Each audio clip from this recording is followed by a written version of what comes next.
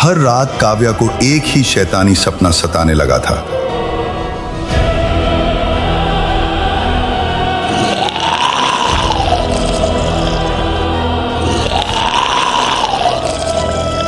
जो कहता था, तुम मेरी हो। जिस लड़की ने काली, दुर्गा और हर देवी देवता की पूजा की। हे माँ, मेरी रक्षा करना। लेकिन मंदिर, हवन और मंत्र सब बेअसर रहे। आखिर उसने यीशु को क्यों पुकारा? हे प्रभु यीशु, मेरी रक्षा कर। और क्या यीशु ने उसे बचाया? आइए जानते हैं इस वीडियो में। यह वीडियो किसी धर्म या समुदाय को ठेस पहुंचाने के लिए नहीं है। यह केवल प्रभु यीशु के प्रेम को दिखाने हेतु बनाया गया है। इसमें दिखाए गए दृश्य काल्पनिक हैं और एक वास्तविक गवाही से प्रेरित हैं। काव्या की जिंदगी बिल्कुल सामान्य थी। कॉलेज, दोस्त, हंसी मजाक, भविष्य के सपने, सब कुछ व्यवस्थित। वह उन लड़कियों में से थी जो हर छोटी चीज में खुशी ढूंढ लेती हैं। लेकिन उसे नहीं पता था कि उसकी मुस्कान पर किसी अनदेखी नजर की परछाई पड़ चुकी है। सब कुछ एक बेहद साधारण रात से शुरू हुआ। उस रात उसे एक सपना आया। वह खुद को एक अजीब जगह पर खड़ा पाती है। चारों ओर घना जंगल, पेड़ों की शाखाएं आपस में उलझी हुई, जैसे आसमान को किसी ने बंद कर दिया हो। हवा में नमी और मिट्टी की गंध थी। खामोशी इतनी गहरी कि अपनी सांस भी भारी लगने लगे। कोई है? कोई है?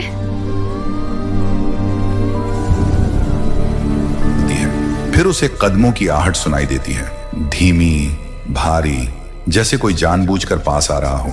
पेड़ों के बीच एक लंबी परछाई दिखाई देती है। चेहरा साफ नहीं दिखता, बस धुएं सी बनी आकृति। तुम मुझे पहचानती नहीं, लेकिन मैं तुम्हें जानता हूं। काव्या पीछे हटती है। मुझे घर जाना है। घर? तुम जहां हो वही तुम्हें होना चाहिए। और अचानक सब धुंधला हो जाता है। काव्या झटके से अपनी बिस्तर पर उठ बैठती है। घड़ी में 3 बजे हैं। वह गहरी सांस लेती है। बस सपना था। लेकिन उस रात के बाद सब कुछ बदलने लगा। अगली रात काव्या बिस्तर पर लेटी हुई थी, आंखें बंद, लेकिन नींद हल्की, भीतर डर छिपा हुआ।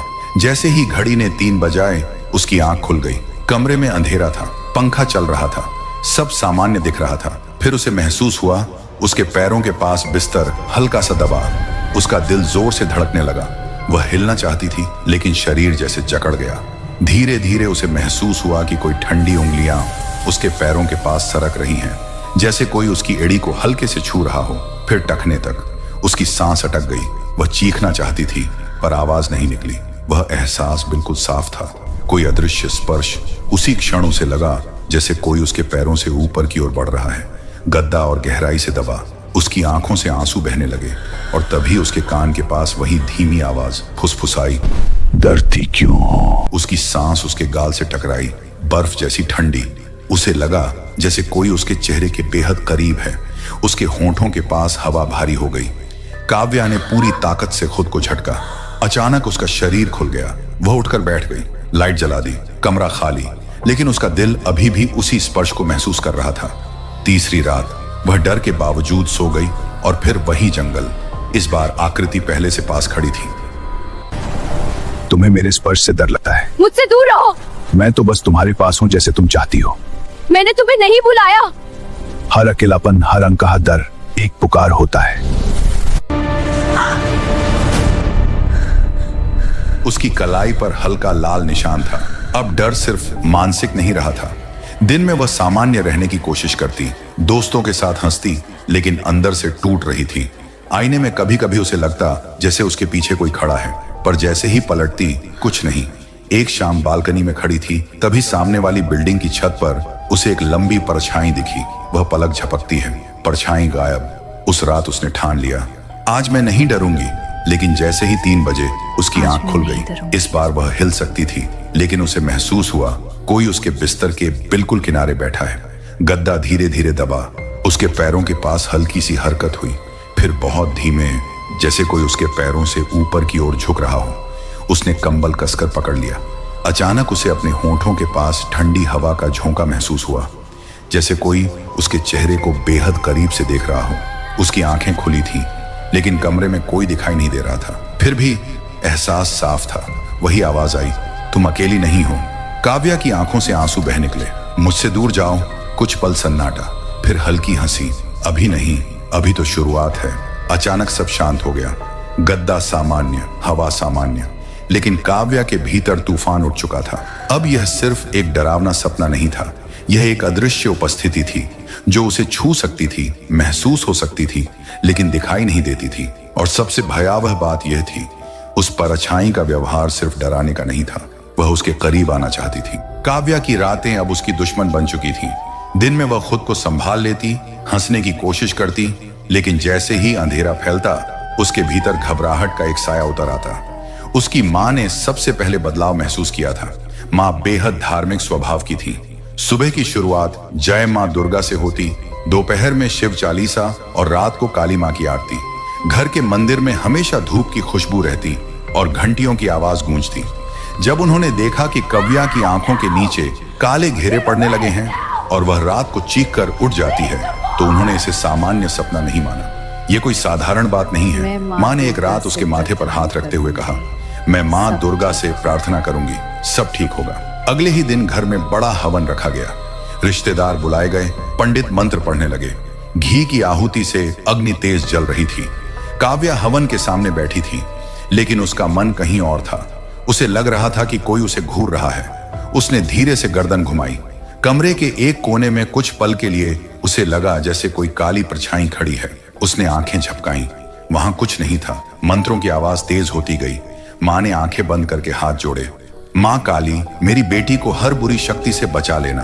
काव्या ने भी हाथ जोड़े, पर उसके दिल में अजीब बेचैनी थी, जैसे जंगल की ठंडी हवा फिर उसके आसपास घूम रही हो। उस रात सपना फिर आया। इस बार जंगल पहले से ज्यादा गहरा था। हवा में राख की गंध थी। वह अकेली खड़ी थी। दूर वही आकृति दिखाई दी। तुम मुझे रोकने की कोशिश कर रही हो। तुम असली नहीं हो, सब खत्म हो जाएगा। तुम्हारी माँ बहुत कोशिश कर रही हैं, लेकिन वे नहीं जानती कि मैं कहां से आता हूं। तुम कौन हो? कौन हो तुम? अभी नहीं।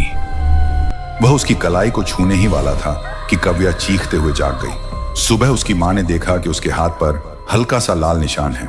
इस बार निशान पहले से साफ था। माँ का चेहरा सफेद पड़ गया। अब मंदिर चलेंगे, उन्होंने दृढ़ स्वर में कहा। वे उसे एक बड़े दुर्गा मंदिर ले गईं। घंटियों की आवाज, भजन, भीड़, सब कुछ सामान्य था। माँ ने काव्या के नाम से विशेष पूजा करवाई। पुजारी ने तिलक लगाया, प्रसाद दिया और कहा, अब चिंता मत कीजिए, देवी की कृपा रहेगी। माँ की आंखों में उम्मीद चमकी। लेकिन उसी रात काव्या को फिर वही एहसास हुआ। इस बार वह सीधे जंगल में नहीं पहुंची। पहले उसे लगा कि वह अपने कमरे में है, फिर धीरे धीरे दीवारें गायब होने लगी। फर्श मिट्टी में बदल गया और कमरा जंगल में बदल गया। वह आकृति उसके पीछे खड़ी थी। तुम बहुत दूर दूर भटक रही हो, उसने कहा। मुझे छोड़ दो। जब से तुमने पहली बार डर महसूस किया, तुमने खुद मुझे बुलाया। मैंने नहीं बुलाया। वह उसके और करीब आया। हर डर एक निमंत्रण होता है। उसने उसकी गर्दन के पास झुककर फुसफुसाया, और तुम्हारी माँ की प्रार्थनाएं, वे मुझे सिर्फ हंसाती हैं। काव्या का शरीर सिहर गया। अगले कुछ दिनों तक माँ उसे अलग अलग मंदिरों में ले जाती रही। कहीं शिवलिंग पर जल चढ़ाया गया, कहीं काली माँ के चरणों में नारियल फोड़ा गया। एक तांत्रिक के पास भी गई, जिसने काले धागे में कुछ बांधकर काव्या के हाथ में पहना दिया। अब कुछ नहीं होगा, उसने विश्वास से कहा। लेकिन रात को जैसे ही 3 बजे काव्या की नींद खुली, उसने महसूस किया कि उसका हाथ भारी हो गया है। उसने देखा काला धागा अपने आप टूटकर बिस्तर पर पड़ा है। कमरे में हल्की सी ठंडी हवा घूम रही थी, और फिर वही आवाज, तुम समझ क्यों नहीं रही हो? उसकी सांस रुक गई। मैं तुम्हें नुकसान नहीं पहुंचाना चाहता, बस तुम्हें अपने साथ ले जाना चाहता हूं। कहां? उसने कांपते हुए पूछा। जहां कोई पूजा नहीं पहुंच सकती। उसकी मां अब बेचैन हो चुकी थी। वे हर दिन किसी न किसी साधु, पंडित या ज्योतिषी के पास जाती। कोई कहता कुंडली में दोष है, कोई कहता नजर लगी है, कोई कहता किसी ने कुछ कर दिया है। घर में हर दिन कोई नया उपाय होता। कभी गंगा जल छिड़का जाता, कभी लाल कपड़ा बांधा जाता, कभी दरवाजे पर नींबू मिर्च लटकाई जाती। लेकिन काव्या की हालत सुधरने की बजाय और बिगड़ती जा रही थी। अब उसे दिन में भी परछाई दिखने लगी थी। आईने में कभी कभी उसे लगता जैसे उसके पीछे कोई खड़ा है, लेकिन पलटते ही सब खाली। एक शाम जब माँ दुर्गा की आरती कर रही थी, अचानक दिया अपने आप बुझ गया। माँ के हाथ कांप गए। ये अच्छा संकेत नहीं है, उन्होंने बुदबुदाया। काव्या अब अंदर से थक चुकी थी। माँ, शायद ये सब पूजा से ठीक नहीं होगा, उसने धीमे से कहा। माँ ने तुरंत उसकी बात काट दी। चुप रहो, देवी हमारी रक्षा करेंगी। लेकिन उसी रात सपना पहले से ज्यादा शांत था। जंगल में हल्की चांदनी थी। वह आकृति इस बार दूर नहीं थी, वह बिल्कुल सामने खड़ा था। तुम्हें पता है, उसने धीरे से कहा, मैं तुम्हें जबरदस्ती नहीं ले जाऊंगा। काव्या ने डरते हुए पूछा। तो वह हल्का सा मुस्कुराया। तुम खुद आओगी? कभी नहीं, उसने कांपते हुए कहा। वह उसकी आंखों में देखने लगा। अमावस्या करीब है और उस रात तुम अकेली नहीं रह पाओगी। काव्या की सांस अटक गई। अमावस्या को क्या होगा? वह कुछ क्षण चुप रहा, फिर बस इतना कहा, वादा पूरा होगा। अचानक हवा तेज चली और सब अंधेरे में डूब गया। जब वह जागी, उसके तकिए पर हल्की सी राख जमी हुई थी, जैसे कहीं दूर कुछ जला हो। माँ ने वह राख देखी तो उनका विश्वास पहली बार डगमगाया। इतनी पूजा, इतना हवन, फिर भी उनकी आवाज टूट गई। काव्या ने पहली बार अपनी माँ की आंखों में डर देखा और उसी क्षण उसे एहसास हुआ, ये लड़ाई सिर्फ उसकी नहीं रही। कुछ ऐसा था जो हर प्रार्थना, हर मंत्र, हर प्रयास के बावजूद और मजबूत होता जा रहा था। काव्या की हालत दिन ब दिन बिगड़ती जा रही थी। उसकी माँ ने शायद ही कोई ऐसा मंदिर छोड़ा हो जहां वे उसे लेकर न गई हो। एक शाम घर में अजीब सी खामोशी थी। लगातार पूजा पाठ और भाग दौड़ के बाद माँ थक चुकी थी। उन्होंने टीवी चला दिया, शायद मन बहलाने के लिए। काव्या अपने कमरे से बाहर आई। उसका चेहरा पीला पड़ चुका था। आंखों में नींद नहीं, बस डर था। टीवी पर एक कार्यक्रम चल रहा था। एक साधारण से कपड़ों में खड़ा व्यक्ति लोगों को संबोधित कर रहा था। उसकी आवाज शांत थी, लेकिन उसमें अजीब आत्मविश्वास था। सच्चा परमेश्वर वह है जो बंधनों को तोड़ता है, वह कह रहा था। जो अंधकार में फंसे लोगों को प्रकाश देता है, जो भय को शांति में बदल देता है, वह नाम है प्रभु यीशु मसीह। माँ ने रिमोट उठाकर चैनल बदलना चाहा, लेकिन न जाने क्यों उनका हाथ रुक गया। टीवी पर कुछ लोग अपनी गवाही दे रहे थे। एक महिला कह रही थी, मैं हर मंदिर, हर दरगाह गई, पर मेरी रातें डर से भरी रहती थी। फिर किसी ने मुझे यीशु के बारे में बताया। मैंने प्रार्थना की और मुझे शांति मिली। काव्या के कदम जैसे जमीन में जम गए। उसकी सांस धीमी हो गई। उसे लगा जैसे कोई उसके भीतर हलचल कर रहा है। पादरी फिर बोले, डर किसी स्थान या वस्तु से नहीं जाता, डर जाता है जब सत्य भीतर आता है। यीशु ने कहा, सत्य तुम्हें स्वतंत्र करेगा। काव्या का दिल तेज धड़कने लगा। उसे याद आया जंगल, वह परछाई, वह आवाज जो कहती थी कि कोई पूजा उसे रोक नहीं सकती। माँ ने धीरे से कहा, आजकल ये लोग हर जगह अपने धर्म की बातें फैलाते हैं। काव्या ने पहली बार टीवी से नजर हटाकर माँ की ओर देखा। माँ, ये कौन है? माँ कुछ क्षण चुप रही।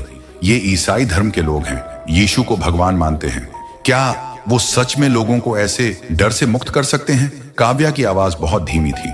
माँ ने तुरंत जवाब नहीं दिया। उनके चेहरे पर थकान और उलझन साफ दिख रही थी। बेटा, हमारे देवी देवता सब कुछ कर सकते हैं, हमें बस विश्वास रखना चाहिए। लेकिन काव्या के मन में पहली बार एक नया सवाल उठा था। उस रात जब वह सोने गई, उसके मन में पादरी के शब्द गूंज रहे थे, सत्य तुम्हें स्वतंत्र करेगा। जैसे ही 3 बजे उसकी आंख खुली, कमरे में वही ठंडी हवा फैली हुई थी। वह हिलने की कोशिश करती है, लेकिन शरीर भारी हो जाता है।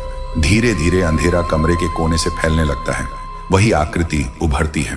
तुमने कुछ नया सुना आज? उसकी आवाज में हल्की मुस्कान थी। काव्या का दिल कांप उठा। तुम्हें कैसे पता? तुम जो भी सोचती हो, जो भी सुनती हो, वह सब मुझसे छुपा नहीं है। वह उसके करीब आया। तुम्हें लगता है कोई और तुम्हें मुझसे छुड़ा लेगा? काव्या की आंखों में आंसू आ गए। मैं बस आजाद होना चाहती हूँ। वह कुछ पल उसे घूरता रहा, फिर बोला, आजादी की कीमत होती है। अचानक कमरे की दीवारें गायब होने लगी और वह फिर उसी जंगल में खड़ी थी। लेकिन इस बार जंगल में कहीं दूर हल्की सी रोशनी दिखाई दे रही थी, बहुत छोटी लेकिन साफ। उसने पहली बार उस रोशनी को देखा। वहां मत देखो, आकृति की आवाज अचानक कठोर हो गई। काव्या ने महसूस किया कि वह रोशनी उसकी ओर बुला रही है।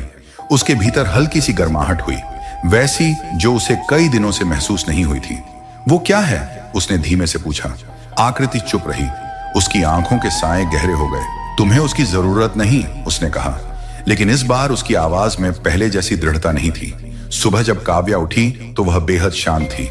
डर अब भी था, पर उसके भीतर कहीं एक छोटी सी उम्मीद जागी थी। माँ रसोई में थी। माँ, काव्या ने धीरे से पुकारा। हाँ बेटा, कल जो टीवी पर बोल रहे थे, क्या हम उनके बारे में और जान सकते हैं? माँ ने आश्चर्य से उसकी ओर देखा। तुम क्यों पूछ रही हो?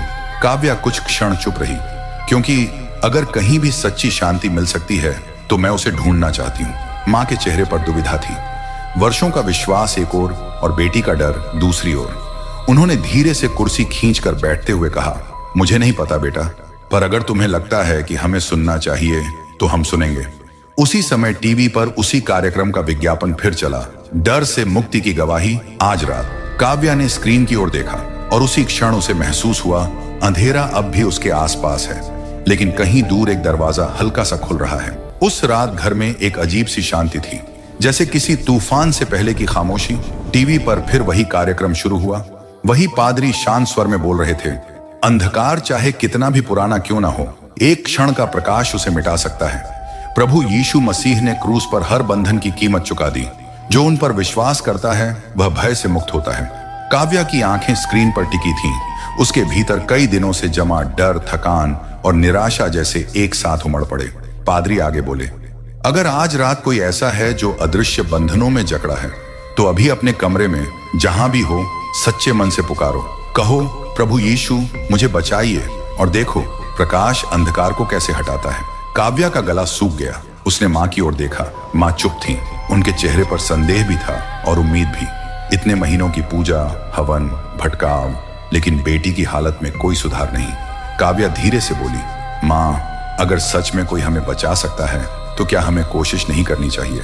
माँ ने गहरी सांस ली। मैंने हमेशा तुम्हें सिखाया है कि विश्वास सच्चा होना चाहिए। अगर तुम्हारा दिल कह रहा है तो प्रार्थना करो। काव्या अपने कमरे में चली गई। रात गहरी हो चुकी थी। वह बिस्तर पर बैठी आंखें बंद की। दिल जोर से धड़क रहा था। प्रभु यीशु, अगर आप सच में हैं, अगर आप सच में बंधन तोड़ सकते हैं तो मुझे बचाइए। मैं थक चुकी हूँ, मुझे शांति चाहिए। उसकी आंखों से आंसू बहने लगे। घड़ी ने 3 बजाए। कमरे का तापमान अचानक बदल गया।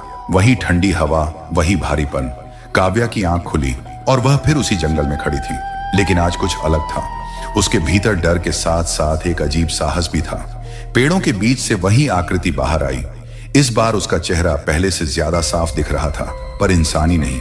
आंखें गहरी काली, त्वचा जैसे राख से बनी हो। तुमने मुझे धोखा दिया, उसकी आवाज में गुस्सा था।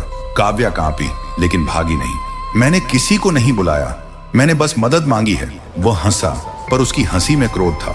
मदद?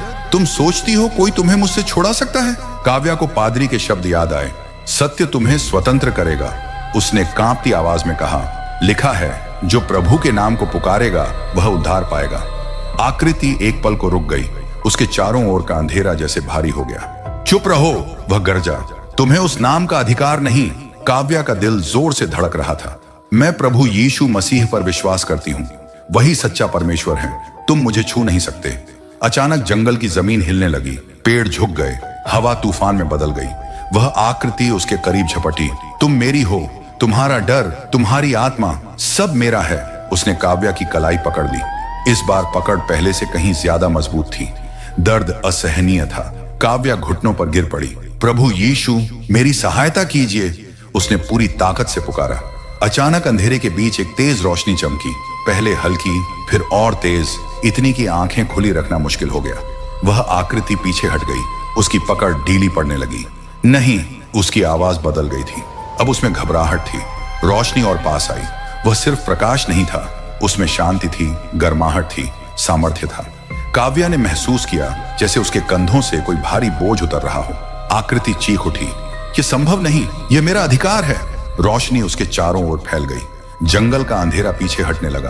पेड़ जो पहले डरावने लग रहे थे अब स्थिर खड़े थे। आकृति पीछे हटती गई। उसकी त्वचा जैसे जलने लगी हो। धुएं की लकीरें उठने लगी। तुम्हारा यहाँ कोई अधिकार नहीं, एक शांत पर शक्तिशाली स्वर गूंजा। काव्या ने उस स्वर को सुना। शब्द नहीं, पर अर्थ साफ था। अचानक उसे लगा जैसे कोई उसके सामने खड़ा है, पूरी तरह प्रकाश में लिपटा हुआ। चेहरा स्पष्ट नहीं, पर उपस्थिति अत्यंत पवित्र और शक्तिशाली। आकृति जमीन पर गिर पड़ी। नहीं, यह समाप्त नहीं हुआ, वह चीखती रही, लेकिन रोशनी और तेज हो गई। एक अंतिम चीख के साथ वह अंधेरा धुएं में बदल गया और फिर कुछ भी नहीं बचा। जंगल धीरे धीरे गायब होने लगा। काव्या ने महसूस किया कि वह जमीन पर नहीं बल्कि जैसे किसी शांति की गोद में है। उसके भीतर पहली बार सुकून था, डर गायब था। जब उसकी आंख खुली वह अपने कमरे में थी। कमरा शांत था, हवा सामान्य थी। घड़ी में 3:05 हो रहे थे। उसने अपने हाथ को देखा, कोई निशान नहीं। उसने गहरी सांस ली और उसे महसूस हुआ कि कमरे में वही गर्माहट अब भी मौजूद है। सुबह वह माँ के पास गई। माँ ने उसकी आंखों में कुछ अलग देखा। क्या हुआ? उन्होंने चिंतित होकर पूछा। काव्या की आंखों में आंसू थे, पर इस बार डर के नहीं। माँ, मैं आजाद हूँ। उसने सारी बात बताई। माँ चुपचाप सुनती रही। उनके चेहरे पर आश्चर्य, फिर राहत, फिर भावुकता। मैंने इतने मंदिरों में माथा टेका, इतने हवन करवाए। माँ की आवाज भर्रा गई। लेकिन अगर सच में तुम्हें शांति मिली है तो मैं भी उस सत्य को जानना चाहती हूँ। काव्या ने उनका हाथ थाम लिया। माँ, चलिए हम साथ मिलकर प्रभु यीशु पर विश्वास करें। दोनों ने उसी कमरे में घुटनों पर बैठकर प्रार्थना की। प्रभु यीशु, हम आपको अपना उद्धारकर्ता मानते हैं। आपने हमारी बेटी को मुक्त किया। अब हमारे घर में आपका प्रकाश रहे। उस क्षण घर के भीतर एक अनोखी शांति उतर आई। अब रात का डर नहीं था। 3 बजे की घड़ी अब सिर्फ समय थी, कोई संकेत नहीं। काव्या ने उस रात गहरी शांत नींद ली और कई महीनों में पहली बार उसे कोई सपना नहीं आया।